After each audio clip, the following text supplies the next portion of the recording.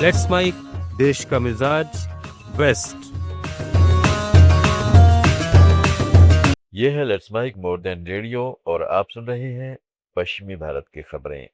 महाराष्ट्र राज्य बोर्ड की कक्षा 10 की परीक्षा के परिणामों में चौंकाने वाला रुझान सामने आया है। करीब 80,000 छात्र मराठी विषय में फेल हो गए, जिससे भाषा की स्थिति और सरकार द्वारा इसे बढ़ावा देने के प्रयासों पर सवाल खड़े हो गए हैं।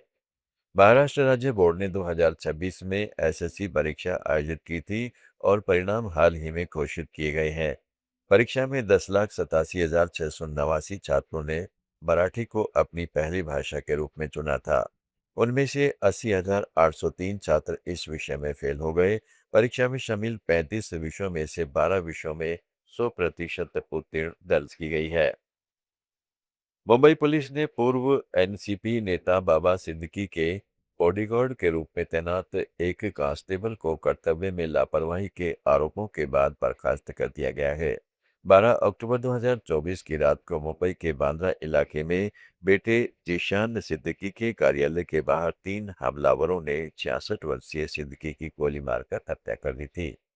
पुलिस की सुरक्षा शाखा में तैनात कांस्टेबल श्याम सोनावाले को सिद्दीकी की सुरक्षा के लिए नियुक्त किया गया था। अधिकारियों के अनुसार एक आंतरिक जांच में सोनावाले को कर्तव्य निर्वहन में लापरवाही और गैर जिम्मेदाराना आचरण का दोषी पाया गया, जिसके बाद उन्हें सेवा से बर्खास्त कर दिया गया है। प्रधानमंत्री नरेंद्र मोदी आज से 2 दिन के गुजरात के दौरे पर हैं। कल सोमवार को मोदी सोमनाथ मंदिर के जीर्णोद्धार की 75वीं वर्षगांठ के उपलक्ष्य में आयोजित सोमनाथ अमृत महोत्सव में भाग लेंगे। वे महापूजा के बाद कुंभ अभिषेकम और ध्वजारोहण समारोह में शामिल होंगे। इस अवसर पर वह सोमनाथ की समृद्ध विरासत और आध्यात्मिक महत्व पर स्मारक डाक टिकट और सिक्का भी जारी करेंगे। मुख्यमंत्री वडोदरा भी जाएंगे, जहां वे सरदार धाम छात्रावास का उद्घाटन करेंगे और सभा को संबोधित करेंगे। वे सरदार धाम परिसर का दौरा भी करेंगे। गोवा में तापमान उत्तर और मध्य भारत के भीषण वाले शहरों की तुलना में कम है, लेकिन यहाँ देश के सबसे कठोर पराबैंगनी विकिरण स्तर में वृद्धि देखी जा रही है। मौसम विशेषज्ञों ने गोवा को बहुत उच्च श्रेणी में रखा है और आने वाले सप्ताह में अत्यधिक यूवी विकिरण के संपर्क में आने का पूर्वानुमान लगाया गया है। वेदर एंड रेडार और द वेदर नेटवर्क सहित कई मौसम प्लेटफॉर्मों के आंकड़ों से पता चलता है कि गोवा का यूवी इंडेक्स 9 से 10 तक पहुंच गया है, जिसे बहुत उच्च स्तर के रूप में वर्गीकृत किया गया है। लंबे समय तक इसके संपर्क में रहने से त्वचा को नुकसान पहुंच सकता है। जहां भोपाल, जयपुर और दिल्ली जैसे शहर अधिक तापमान से जूझ रहे हैं, वहीं गोवा में अधिकतम तापमान कम होने के बावजूद यूवी किरणों की तीव्रता इन शहरों के बराबर या उससे अधिक है। राजस्थान में उदयपुर के महाराणा भोपाल सरकारी अस्पताल के कुपोषण वार्ड ने साल 2021 से 2025 तक के आंकड़े जारी किए हैं। हेमोग्लोबिन जांच के इन आंकड़ों में एनीमिया की गंभीर समस्या सामने आई है। कुल 3,269 माताओं में से केवल 403 यानी सिर्फ 13% माताओं का हीमोग्लोबिन का स्तर सामान्य पाया गया है।